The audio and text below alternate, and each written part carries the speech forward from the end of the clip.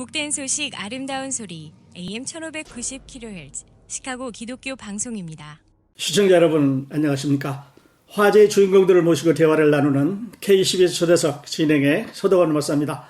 오늘 초대석은 2023년 침례교 연합 부흥회가 열리고 있는 삼버그 침례교를 자리를 옮겨서 부흥회를 인도하고 계시는 한국침례신학대학교 총장 피영민 목사님 모셨습니다.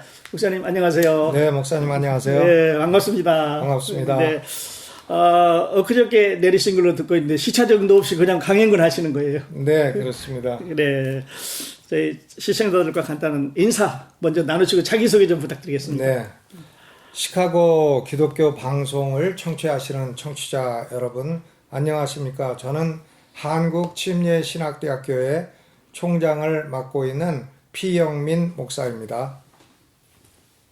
네, 목사님 옆에서 뵈니까 상당히 제가 위축되기도 하고 그런데 그 개국 70주년을 맞는 한국침례교 신학대학교 어떤 대학인지 저희 청취자들에게 좀 먼저 소개해 주시겠어요? 네, 한국침례신학대학교는 1953년도에 대전에 있는 중동에서 시작이 되었습니다.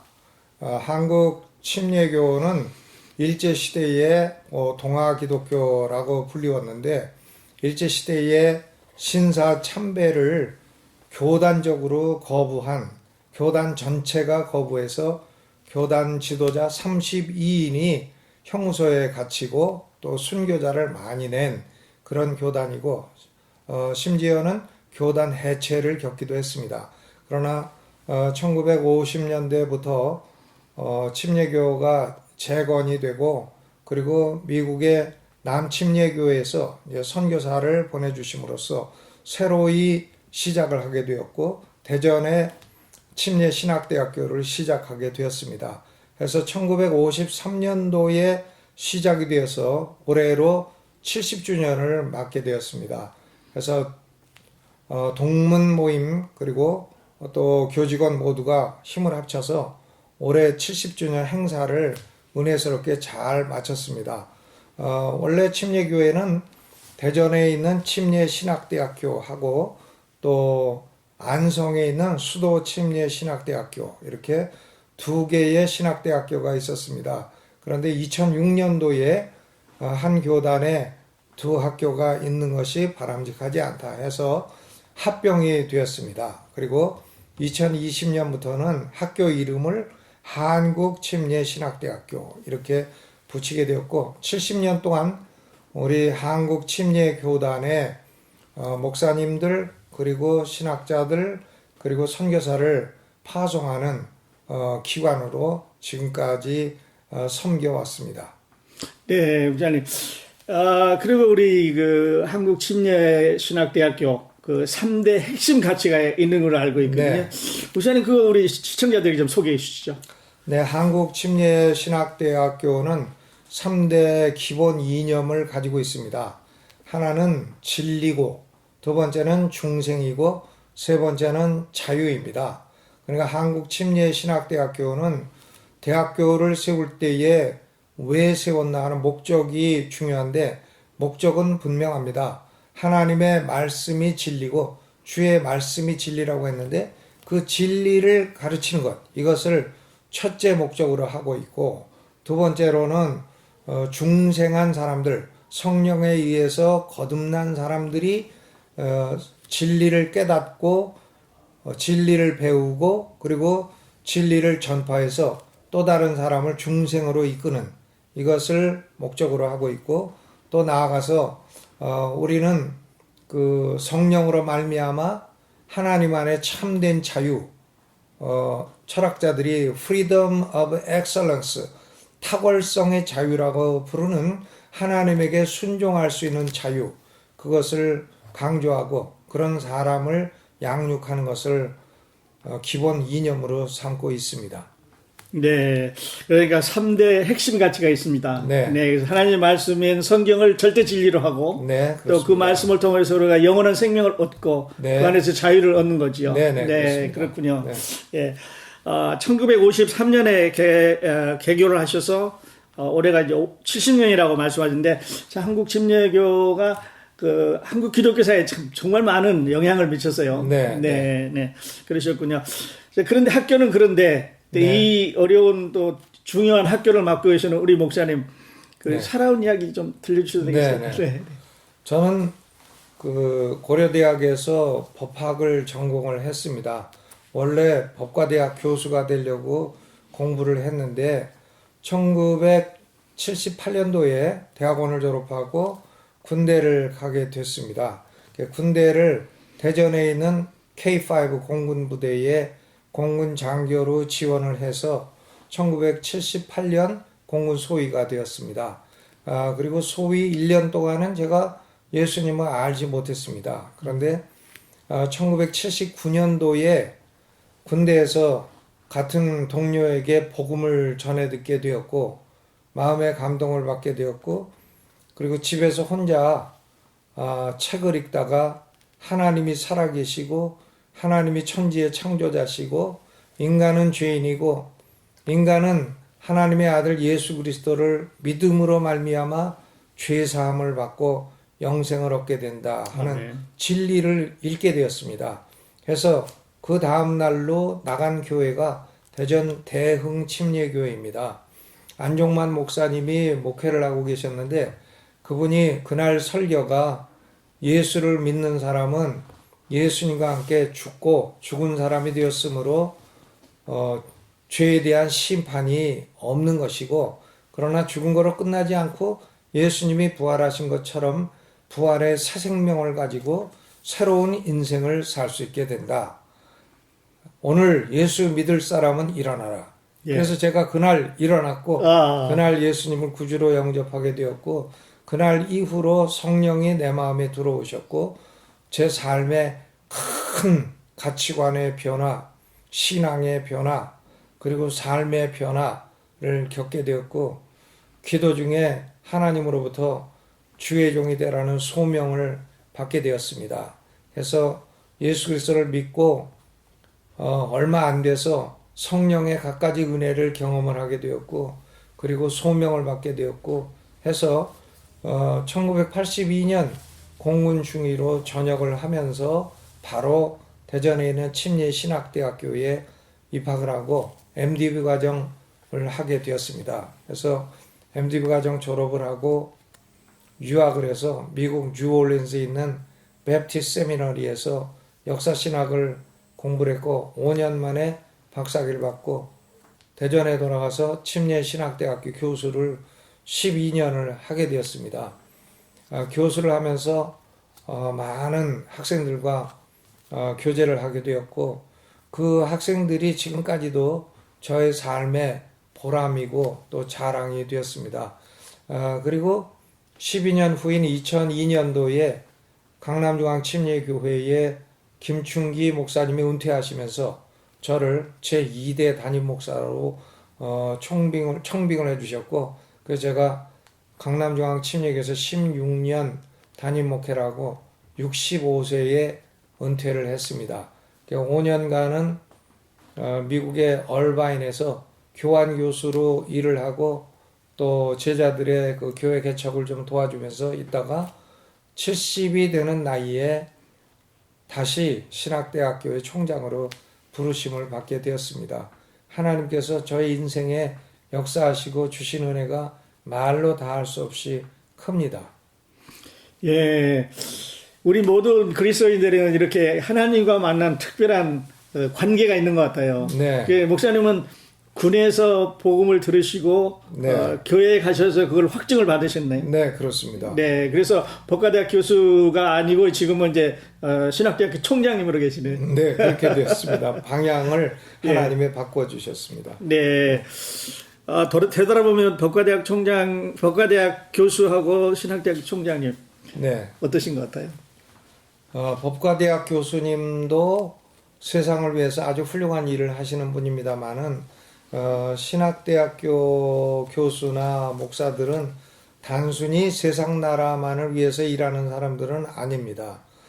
신학대학 교수와 목사들은 궁극적으로 망하지 않는 영원한 나라인 하나님 나라를 위해서 일을 하는 사람들입니다. 그러니까 소속된 나라, 충성하는 나라가 다르다 이렇게 말씀드릴 수 있겠습니다. 네, 천사한 나라가 다르다 이렇게 네, 이제 네. 좋은 말씀해 주셨는데 목사님 그리고 이건 조금 다른 이야기일 수 있는데 네.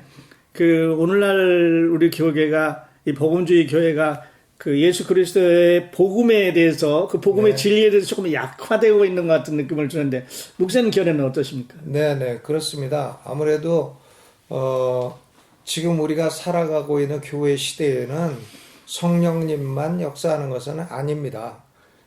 우리 그리스도인들에게 요한계시록에는 5가지 원수가 있다 이렇게 말씀하고 있는데 그 원수의 두목은 용, 마귀, 사단이라고 불리우는 마귀이고 그 밑에 이제 바다에서 나온 짐승도 있고 땅에서 나온 짐승도 있고 그러니까 바다에서 나온 짐승은 기독교를 핍박하는 정치 세력이고 땅에서 나온 짐승은 진리를 거역하는 이단 세력입니다. 예. 그러니까 정치 세력도 공격하고 이단 세력도 공격하고 거기다가 또 큰 음녀 바벨론이라는 세력이 4번째로 있는데 그것은 기독교를 대적하는 세상의 경제 문화 세력이라고 말할 수 있겠습니다. 그리고 그리스도를 끝끝내 거부하는 짐승의 수를 받은 인간의 수를 받은 666을 받은 사람들 이렇게 해서 이 5종류가 교회의 원수가 된다. 이 원수가 그 그리스도의 재림의 날에 비로소 심판을 받게 되지만 그동안에는 계속 활동을 하고 땅에서 전쟁을 일으키기 때문에 하나님의 교회는 진리에 대한 도전 그리고 또 복음에 대한 도전 이런 것을 피할 수가 없는 것이 성경의 진리라고 생각이 되는데 마귀가 제일 공격하는 것은 복음의 순수성이라고 볼 수 있습니다. 예. 그러니까 복음의 순수성을 회파시켜 놓으면 뭐 사람이 아무리 많이 모인다 해도 마귀가 두려워할 것이 없고 예. 이렇게 되는 거니까 마귀의 제1공격은 신학교이고 예. 마귀의 제1공격이 역시 신학교에서 가르치는 복음이 아닐까 이렇게 생각합니다. 그리고 복음을 증거하는 목사들이 마귀의 제1표적이 될 수밖에 없기 때문에 예. 복음이라는 것은 시간이 지날수록 공격을 받고 변질되고 그럴 가능성은 충분히 있다고 보고 우리 한국교회도 이제 역사가 100여 년 넘어가면서 역시 그런 공격을 피할 수 없는 하나의 과정이라고 저는 생각을 합니다. 예. 미국도 이제 마찬가지겠습니다만은 이 복음주의 학자들이 그 어떤 우리가 갖고 있는 전통적인 복음보다는 네. 유사 복음이라든지 다른 복음 같은 데로 자꾸 이끌고 가는 것 같아서 좀 안타까움이 있습니다. 네, 그렇죠. 그 왜 그러냐면 그런 유사 복음 또 좀 이단적인 사상 이런 것들이 세상 사람들에게 인기가 있기 때문에 네. 목사도 사람을 많이 모으고 교회를 키우고 싶고 그럴 때에 전통적인 복음을 가지고 설교를 하게 되면 사람들이 좀 답답해하는 경향도 있고 하니까 이제 그런데 자꾸 이끌리기 쉽고 세상적인 것에 이끌리기 쉽고 해서 어떻게 하든지 교회를 키우려고 하는 욕망이 이제 그런데 이끌리기 쉬운 경향성을 지닐 수가 있으리라 이렇게 생각이 됩니다. 그래서 저는 지금까지 목회도 하면서 보니까 역시 그런데 좀 이렇게 타협성을 갖는 사람들이 교회는 빨리 성장시키는 현상을 보게 되는 것 같습니다. 네. 그래서 교회를 일단 성장시켜 놓고 나중에 복음으로 돌아와서 복음을 바로 가르친다. 뭐 이렇게 된다면 참 좋겠습니다만은 네. 그렇지 않고 계속 예. 좀 변질성을 유지하고 성장만을 추구한다면 네. 교회는 결국은 미래가 좀 어둡지 않을까 이렇게 네. 생각이 됩니다. 네, 네. 이게 성장 숫자, 이렇게 빌딩 이런 데로 가다 보면 정말 그리스도께서 우리에게 맡기신 사명, 그 복음에 대해서, 그 가치에 대해서 조금 느슨해질 수가 있는 것 같아서 네, 좀 아쉽습니다, 목사님. 네. 네. 그래서 저는 부사역자들에게도 목회를 조금 작게 하더라도 복음의 진리와 순수성을 꼭 지켜라 이런 네. 것을 강조를 했습니다. 네, 네, 감사합니다. 목사님 이번에 시카고에 오신 목적이 어떤 거였나요? 어떻게? 네, 이번에 시카고에 방문한 목적은 시카고 침례교 연합회 회장이신 윤현우 목사님이 이제 저에게 배운 제자이기도 하고, 네, 그래서 저에게 작년부터 시카고에 와서 집회를 인도해 달라 이렇게 부탁을 하셨는데 제가 작년에 오지 못하고 올해 3월에 이제 총장이 되어서 오게 되었습니다. 네, 작년은 그냥 은퇴한 목사였는데 지금은 총장의 입장이 돼서 예, 오게 되어서 더 감사하게 생각을 합니다. 그래서 와서 우리 한국침례신학대학교도 또 동문들과 침례교 목사님들에게 더 소개도 하고 예. 또 가능하면 모금도 하고 예, 그리고 또 연합 집회도 인도하고 시카고 집회가 끝나면 이번에 노스캐롤라이나 리치크레스트 컨퍼런스 센터에서 열리는 한국 침례교 총회에 예, 이제 이틀 저녁 강사로 설교를 맡아서 하게 됩니다. 예, 해서 거기서도 신학교 위에서 모금도 하고 또 홍보도 하고 이런 목적으로 들어오게 되었습니다. 예, 그러셨군요. 지금 말씀하시는 그 침례교 연합회가 이제 네. 매년 연일에 컨퍼런스 열리는데 네. 한 1,000여 명씩 우리 목회자들이 모인다고 들었습니다. 네, 그렇습니다. 침례교가 한국 침례교가 미국에만 해도 800교회가 넘고 예, 그렇기 때문에 목회자들이 사모님들하고 함께 오시면 1,000명이 넘지 않을까 이렇게 네. 생각됩니다. 네, 네, 매년 그렇게 참석하시는 아주 큰 잔치라고 들었습니다. 네, 네. 네, 그렇군요. 그리고 목사님 이제 어제 저녁에 우리 성도들과 잠깐 교감하셨고 부흥회 첫날 통해서 또 네. 오늘 목회자들의 그 모임을 인도하셨는데 네. 그 소감 네. 조금 전해주시겠어요, 우리 청취자들에게? 네. 이제 코비드 시대가 끝나가면서 성도들 마음속에 과연 이 세상을 하나님이 통치를 하고 계신가? 예, 이거에 대한 의문이 생길 수도 있겠다. 이런 생각이 들었습니다.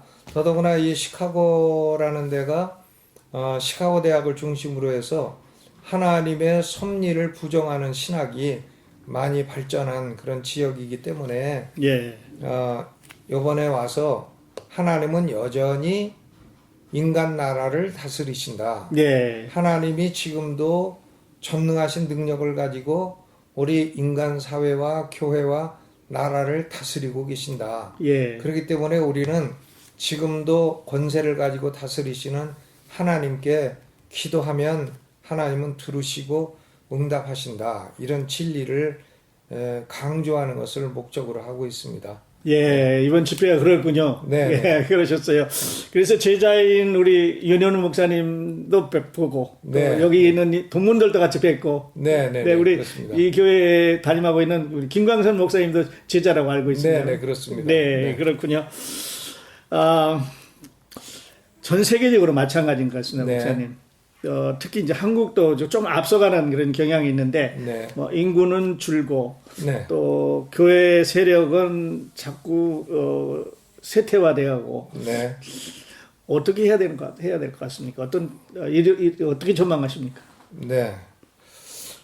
이제 종말론적인 관점으로 볼 때에 그 후천년주의자들은 세상 종말이 갈수록 교회가 더 부흥되고 교회가 더 많아지고 이렇게 된다고 생각을 했습니다. 그래서 청교도들 가운데에는 후천년주의자가 많이 있었고 예, 청교도들 가운데에는 교회가 세상을 더 아름답게 만들기 위해서 노력해야 된다 해서 사회의 어떤 그 구조, 개혁 이런 것을 위해서 많이 노력하고 뭐 노예 해방이라든가 사회 악을 개선한다든가 이런 데 많이 헌신했습니다. 예, 그래서 후천년주의자들은 세상이 그리스도의 재림이 가까울수록 더 좋아진다.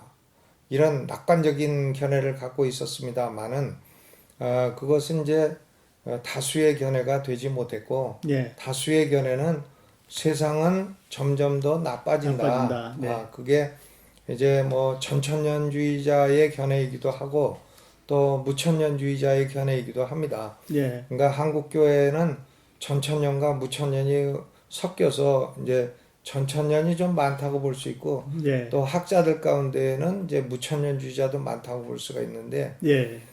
그런데 그것은 이제 예수님 재림이 가까울수록 세상은 점점 악해진다. 예. 그리고 하나님의 교회를 대적하는 세력은 점점 많아진다. 예. 이렇게 보는 것이기 때문에 앞으로 그리스도의 재림이 가까웠다고 생각을 하면 이런 세력들이 강화되는 것은 당연한 일이라고 네, 성경적인 예언이죠. 생각이 됩니다. 네.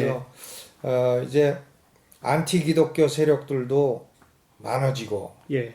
그러니까 젊은 사람들이 기독교에 헌신하지 않으려고 하고 예. 거기다가 학령 인구 이제 대학 입학 인구도 거의 뭐 반으로 줄어들게 되었고 예. 이렇게 되니까 앞으로 한국 교회 지도자들 배출하는 문제도 작은 문제가 아니고 큰 예. 문제라고 그렇습니다. 생각이 되고요. 예. 그리고 한국 교회도 이제 지금은 아직까지는 이제 막 부흥의 열매를 먹고 있습니다만은 앞으로도 꼭 모든 교회들이 다 그렇게 되리라고는 좀 생각하기 어려운 예. 그런 그 현상적인 상황인데요. 예. 근데 그래도 우리는 성령이 역사하시면 어려운 때에 빛을 주신다. 네. 그런 한 가지 소망을 갖고 있습니다.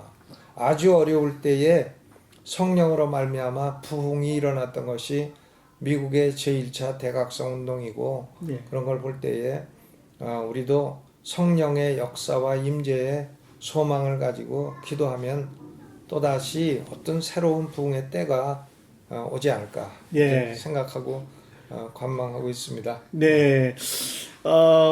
이제 기독적으로 보면 특별히 복음주의자들의 입장에서 정말 어려운 때인 것만은 사실이에요. 네, 네. 네. 이 네. 미국도 이게 현실적으로 이게 다가오고 있는데 네, 네. 우리 모두가 다 어떤 변화를 시도하고 또 네. 한 영혼이라도 더 하나님 앞으로 인도하는 일을 계획을 해서는 안 될 것 같습니다. 네, 네, 그렇습니다. 네.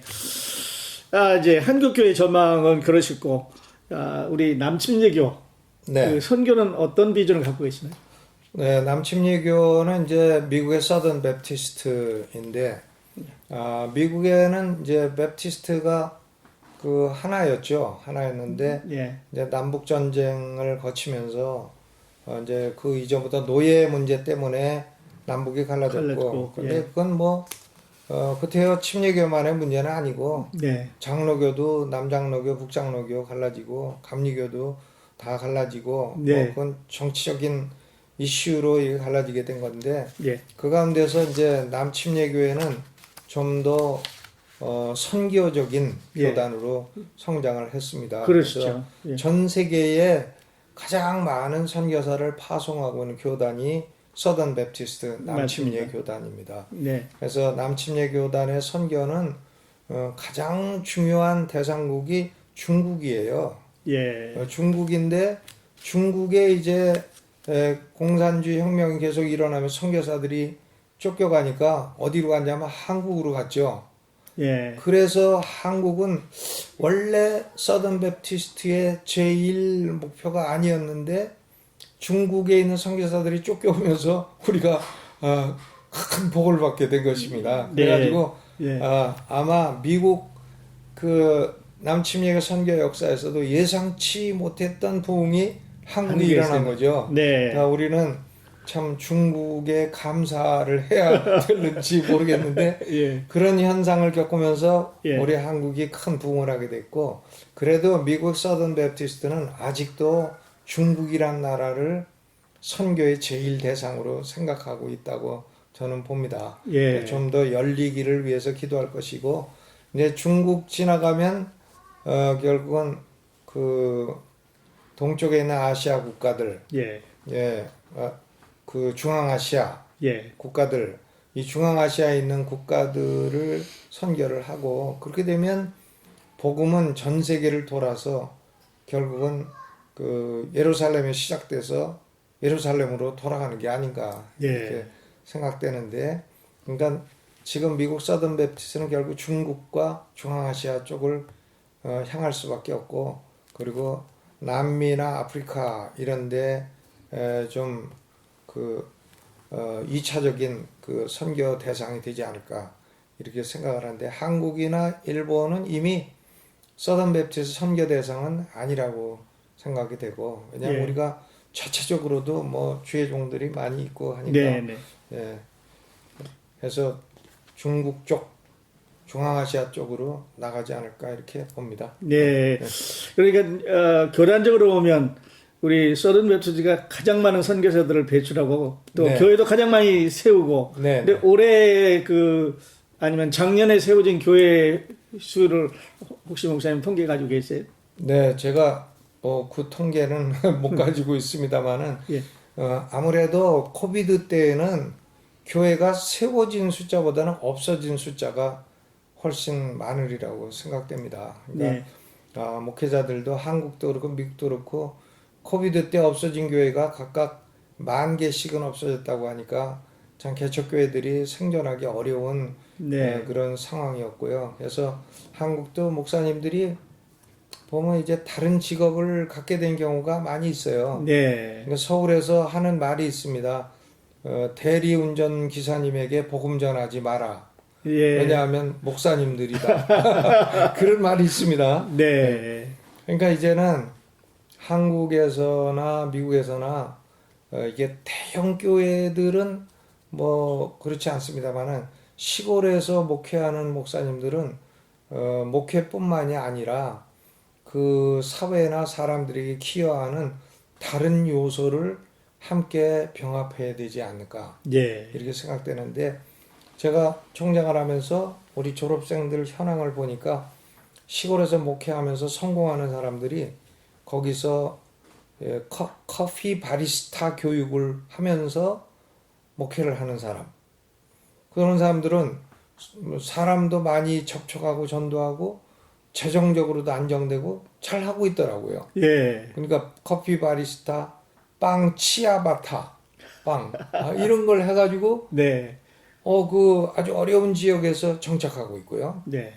또 뭐 마카롱 이런 걸 배워가지고 그걸 만들어서 팔면서 사람들을 접촉하고 전도하고 있고, 그래서 지금 이제는 목회자들도 그냥 단순히 목회하는 것뿐만이 아니라 그런 것도 같이 해야 되지 않나, 학교에서도 그런 걸 교육을 시켜주고 준비시켜야 되지 않나 생각을 합니다. 예. 그 옛날에 서부 개척할 때에 미국에서도 침례교는 farmer preacher, 농부 설교자가 많이 있었습니다. 예. 그러니까 농부 설교자들이 농사 지으면서 설교하고 또 개척하면 또 옮겨가지고 교회 세우고 이렇게 해가지고 침례교회가 그때 개척 시에 가장 빨리 성장한 교단이 된 것입니다. 그래서 예.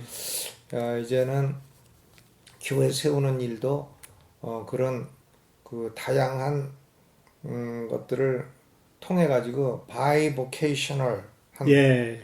그런 패스터들이 나오게 되지 않을까 그렇게 전망을 합니다. 예. 예. 여기도 좀 그런 것 같아요. 네. 이중직 목회하는 분들이 네. 전에는 이게 좀 숨겹고 네. 그걸 드러내는 거에 대해서 좀 자유롭지 않았어요. 네, 네. 어떤 이야기의 대상이 됐고. 네, 네. 근데 이제 자유스럽게 이중직을 오히려 권장해 가면서 자기 가족이나 자기 삶을 책임지면서 목회를 하는 네, 그런 경향이 있는 것 같아요. 네, 그렇습니다. 그럴 수밖에 없는 예. 사회 현실이 돼가고 있는데, 어떤 선교사의 아들이 우리 신학생입니다. 근데 그 아버지가 제 제자이기 때문에 물어봤어요. 아버지 선교 현장에서 잘 하시냐? 그러니까 그 아들이 우리 아버지 죽쓰고 계십니다. 그래서 아니 선교사가 죽쓰고 있으면 어떡하냐 그랬더니 그 중앙아시아 국가에서 본죽, 예, 본죽이라고 본죽, 예. 그거를 쏘서 예. 팔면서 다른 선교사들 추방당할 때 이슬람 국가에서 추방도 안 당하고 예. 사회의 인정을 받으면서 복음을 잘 전하고 있다고. 그래서 이제는 선교도 죽을 쏘야 되는구나 하는 생각을 하게 됐습니다. 네, 네. 전에는 우리가 이런 이야기를 그 선교지에 나가는 선교사님들에게서 들을 수 있는 이야기였는데 네. 이제는 이게 우리 목회자들의 삶의 일부가 돼가고 있는. 네, 그러니까 신학 교육도 네, 이제는 그런 것들도 아울러 할 수밖에 없는 상황이 네. 점점 돼가고 있습니다. 네. 그래서 이제 좀 다른 얘기입니다. 어떻게 보면 네, 저희들이 복음주의자들이 그 예수님 믿고 구원받는 데까지 참 잘 전했는데 네, 그 후에 이제 어떻게 살아야 되는 거에 대해서 좀 약했다고 하는 네, 그 네. 반성을 할 수밖에 없어요. 네, 네, 네. 근데 이렇게 현장에 들어가서 삶으로 인해서 그들에게 우리의 삶을 전도로 보여줄 수 있는 기회가 될 것 같기도 해요. 네, 네, 그렇죠. 예, 약소 국가들 먹고 살기 어려운 백성들 상대로 복음 전할 때 그들이 밥 먹고 사는 일도 중요한 일이기 때문에 예, 목회자 선교사들이 가서 그것까지도 가르쳐 주는 것이 복음 전도에 도움이 되는 일이 아닐까 저는 예. 그렇게 이 시대가 그런 걸 자동적으로 요구하고 있다고 봅니다. 예, 예. 그래서 이제 말씀하셨습니다만은 우리 신학생들에게도 이런 거를 그 가르쳐서 당연시 받아들이고 현장에 나갈 수 있으면 더 좋을 것 같아요. 네네네. 그래서 교육 내용도 이제는 전공 과목이 있지만 신학이 전공이라도 이제는 부전공도 있고 제3전공도 있고 예, 또 자신의 이런 엑스트라 커리큘라를 위해서 예. 이런 과목들도 열어주고 공부를 하고 배우고 좀 갖춰야 될 필요가 있다고 봅니다. 네, 네. 예, 좋은 말씀 해주셨는데요.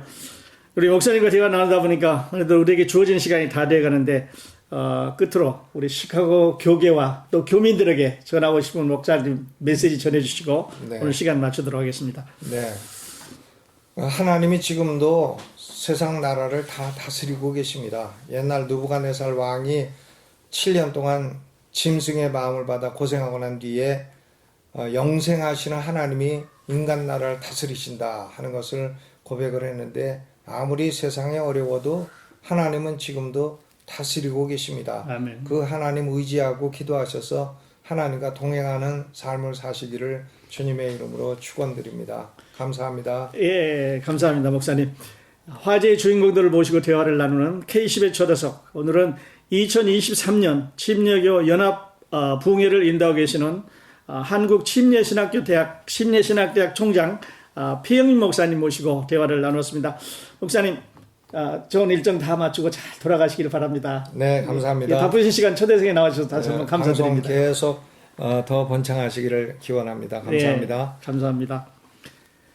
함께해 주시는 청자 여러분 감사합니다. 저는 다음 시간에 또 다른 화제의 주인공을 모시고 여러분 찾아뵙겠습니다. 안녕히 계십시오.